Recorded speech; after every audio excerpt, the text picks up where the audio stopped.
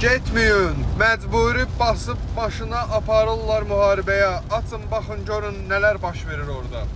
Birincisi, xarici vətəndaşı məcburi qaydada TCK Ukraynada heç yer aparmır. Nə maşına basır, nə bir şey eləyir. Elə bir hallar mən indiyənə kimi eşitməmişəm. Görməsəm də inanmaram.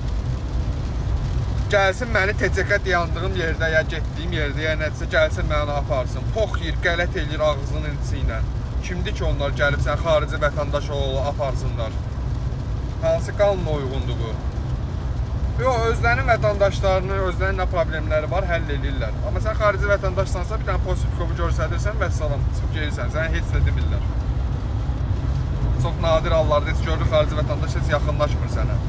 Yox, cəmaatı basıb aparırlar burada, nə edirlər, nə edirlər. TCK oğraş deyə cındırdılar. Amma ki, dayı gəlib xarici vətəndaşı məcburi qaydada müharibəyə aparmaq söhbəti yoxdur. Belə, yox, apardılar, neynədilər. Gəlsin, apardılar məni.